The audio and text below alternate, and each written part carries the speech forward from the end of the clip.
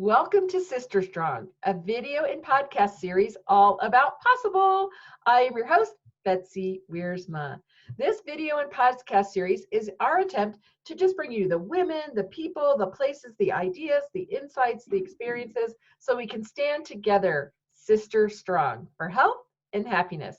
Use these ideas for your toolkit and see how you can be a part of the solution. Julia, now I'm not going to say it right because I'm like Palencia, right? You got it. That's it. I got it, Palencia. I've done that on one podcast with Chris Chopiak. I said like Chopiak. I did it 6 times because I was so nervous. Like, you got to say it right. Respond to anything, so you're good. That's it. Julia, the amazing from Mile High United Way.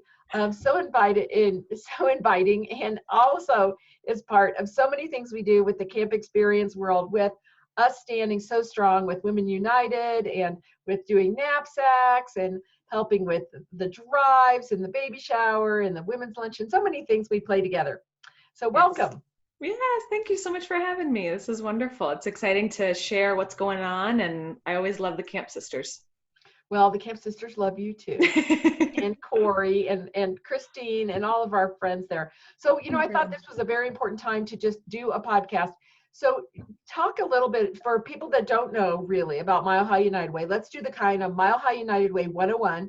Talk about, where you focus your efforts. And then in this time of the virus and all that, what is happening that people could get involved with or should know about as a resource to others. So kind of just take us through, start kind of with a little bit of the 101. Totally. Well, Mile High United Way, a fun fact about Mile High United Way is we're the first United Way ever in the history of United Ways. So now we're a worldwide organization, but we were the founders in the beginning, 132 years ago.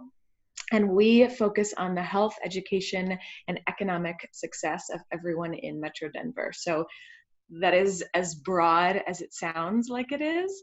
And we're really proud to partner with other nonprofits in the community, our own internal programs, one of those being our huge United Neighborhoods initiative, where we specifically target areas that need support in education and small business, and help them tap into the resources they already have to just uplift them and grow them as a community. And so this has been a hugely trying time. I keep hearing the phrase, the new normal. And I think we are definitely entering into a new normal as individuals, as a community, and Mile High United Way is entering into a new normal as well. And so we've been tapped at the local and state level. Mile High United Way has been brought in to be the fiscal owners of a fund that are supporting folks in the community, small businesses in the community. And so that is launching, and we're really proud we're not taking any fees from that. So anyone who wants to give to the COVID Relief Fund, all of that goes back into the community, which is huge. So if you're looking for a way to give back, you can do that.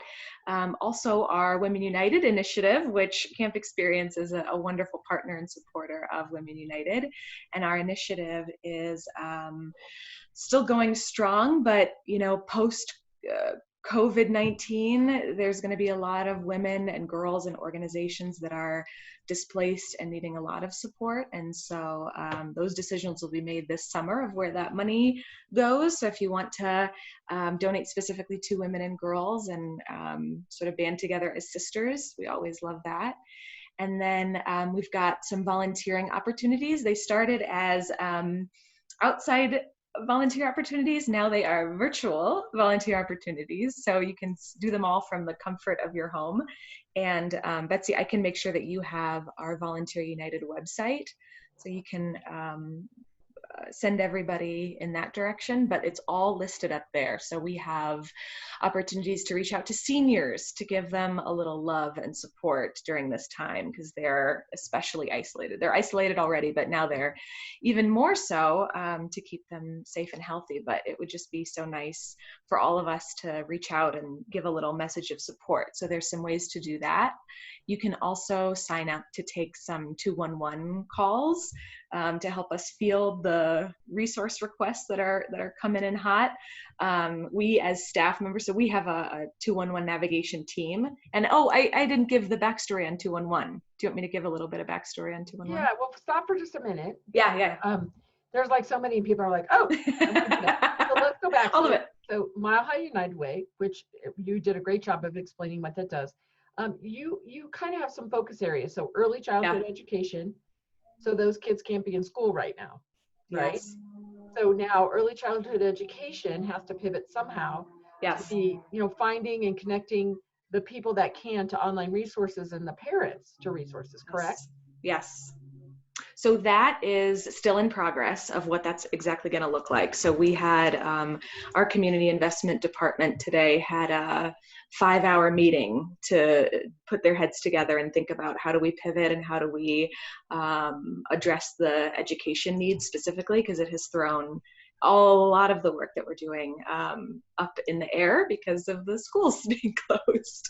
So a lot of the initiatives that we were doing before need to kind of change and maybe go a little more digital. So stay tuned on opportunities to support the kids and the parents of students. But those will all be up on Volunteer United too when we get that all solidified. Okay, well, I wanted to address that one because I know about that one. Then Bridging the Gap, right? Another favorite of my program. Yeah. So for people coming out of the foster program for nice young men and women, and some of them with children. And I remember that one of the fun volunteer opportunities used to be to come down and hold their babies. So I'm guessing there's no baby holding at a 6-foot radius right now. So there's always need to support these wonderful young people that are doing such a great job coming out of the foster plan system and making their life. Yes. So there's that. And then tell them all about 211. So I just kind of, so there's like verticals of service that you do besides now taking on as this fiscal agent of the COVID-19 Relief Fund, which is another huge job.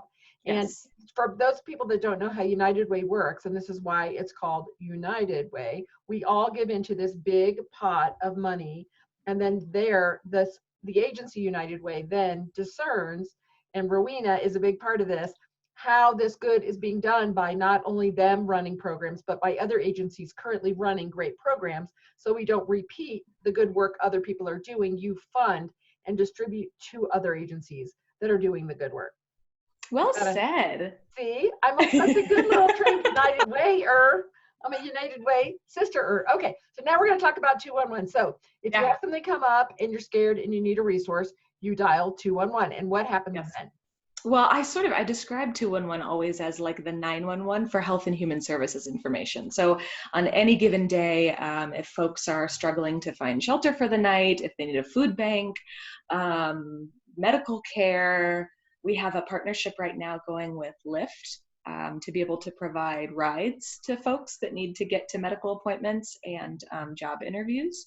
So that's been a hugely successful contract that we have. We have a contract with Denver Water. So a while back, we noticed that there were organizations and nonprofit partners that were supporting food insecurity and rental assistance and utility assistance, but there was a huge need for like water bills specifically. And so we tapped into Denver Water. They were happy to help us out. And so now when folks can't pay their water bill, we send them to Denver Water through this contract. So there's just a ton of moving parts with 211 on any given day. And then especially something like this, we're always prepared to be activated for an emergency. We don't hope for one, but we're always ready and prepared when there is one.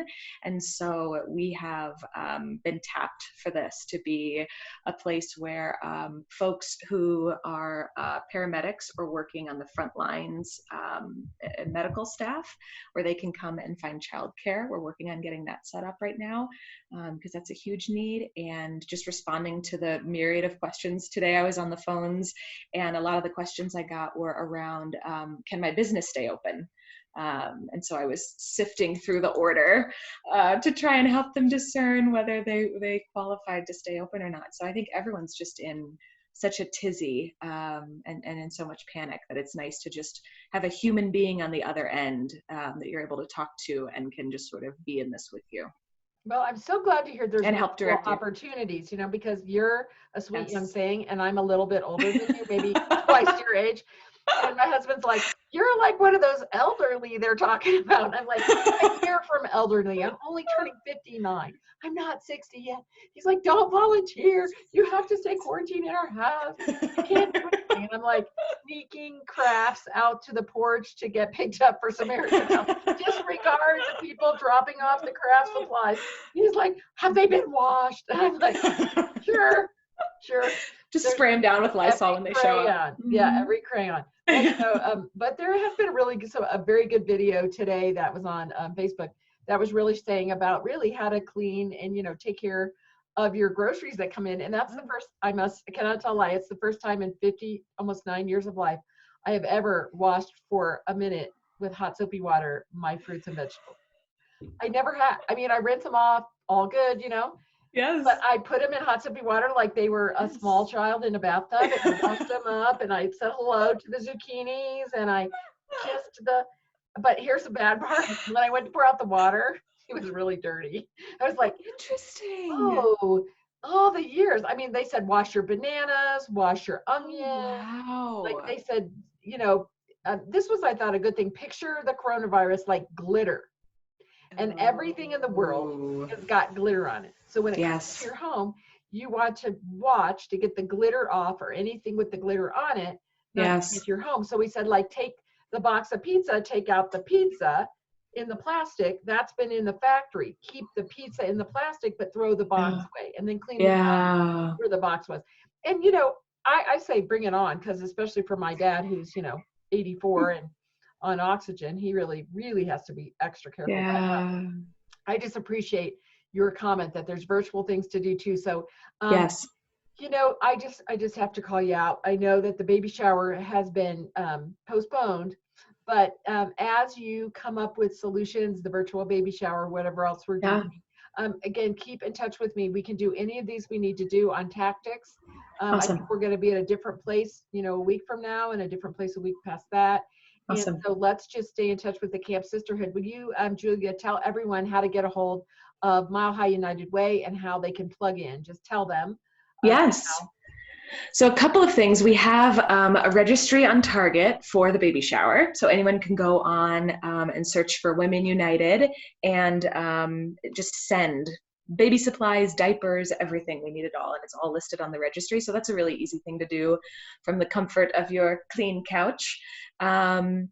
And then I can also make sure that you have the link as well. And then Volunteer United. So if you go and search Volunteer United, it takes a second to make a profile, and then that'll list out all the opportunities that you can do from home as well. So if we're already in the system as a United Way volunteer, then can we just go and then it will access us? Okay, great. Yeah. Yep. Great. And do we have the date for the fall luncheon? Because I'm holding out. We're having Camp Experience. We're hugging. I'm just telling you, we're having Camp Experience in September 18 through 20. We're hugging, and we're doing lots of crafts, and we're having a music, art, and ideas festival with live entertainment that's already booked. That's a national effort. So it's done and done. So virus, you don't know who you're messing with. So will you tell us the date of the fall lunch? Do we have the fall luncheon date for Women United Luncheon? I don't know if it's solidified just yet, but I'll make sure that you and the sisters get the invite and get all the scoop as it comes out, because we will. We're with you. It's gonna be a hugging luncheon. We're hugging, and I do have that really nice handbag. I'm just saying, that $3,500 handbag. So we do need to come up with something good to do with that. So I'm find a good home. I was digressing and turning it into a Camp United Way meeting instead of a podcast. Well, thank you, Julia, for representing the whole group of sisters at Mile High United Way. And thanks all of you for watching or listening to our Sister Strong podcast and video series, all about possible. As you can see, we are showcasing people, places, things, women, idea, insights, and positive, uplifting energy as we stand together, Sister Strong, for health and happiness. I say love is the antivirus, and there's three things: self-love, take care of yourself and do good self-care, love your community, and that's what we've talked about today, all the things you can do to chip in and be part of this. And 3, believe in the possible. Be part of the solution. So today, Julia has been a great example of all 3 of those. Thank you so much. And please share this podcast and video series with others looking for uplifting ideas, doing good and having fun, and unconditional love. I am your host, Betsy Wiersma.